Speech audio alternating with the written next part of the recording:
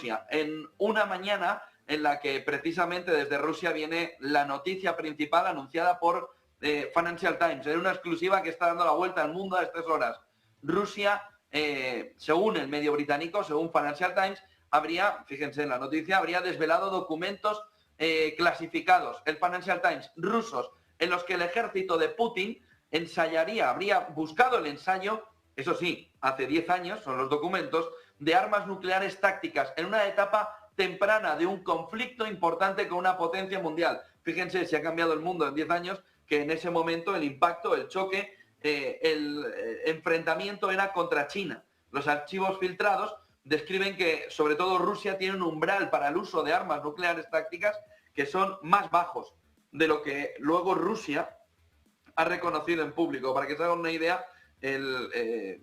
la potencia de esas armas nucleares tácticas superan con mucho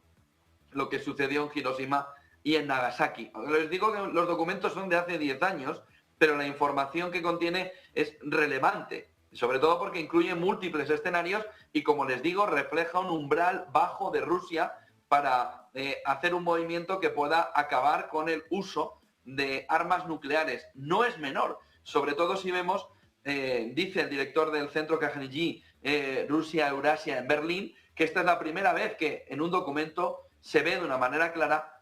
cómo está reportado a dominio público que el umbral operativo para el uso de armas nucleares ruso es bastante bajo si el resultado deseado no se puede lograr por medios convencionales. Llama la atención, como les decía, que el simulacro o el entorno en el que se hace todas esas afirmaciones en esos documentos filtrados por Financial Times o a Financial Times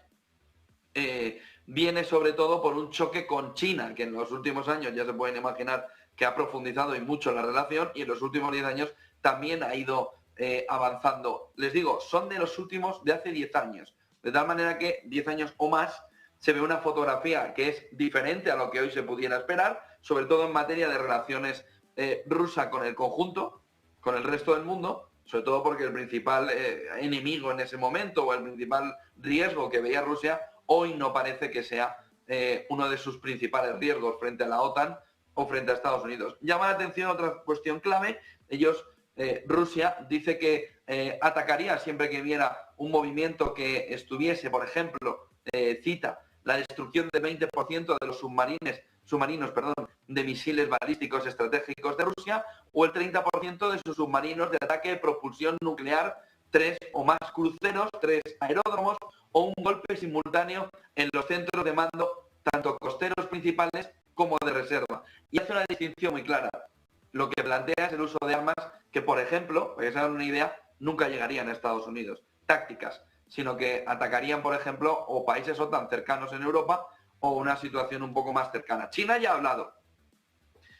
ha defendido la amistad con Rusia. Ha dicho el ministro de Asuntos Exteriores chino que niega que haya causa alguna para sospechar en estos momentos de Moscú y asegura que el Tratado de Buena Vecindad, Amistad y Cooperación entre China y Estados Unidos establece ya el concepto de una amistad eterna, dice, entre ambos países, por lo que la teoría de la amenaza ahora mismo no tiene sentido entre China y Rusia. Ha sido muy rápido China en contestar. En el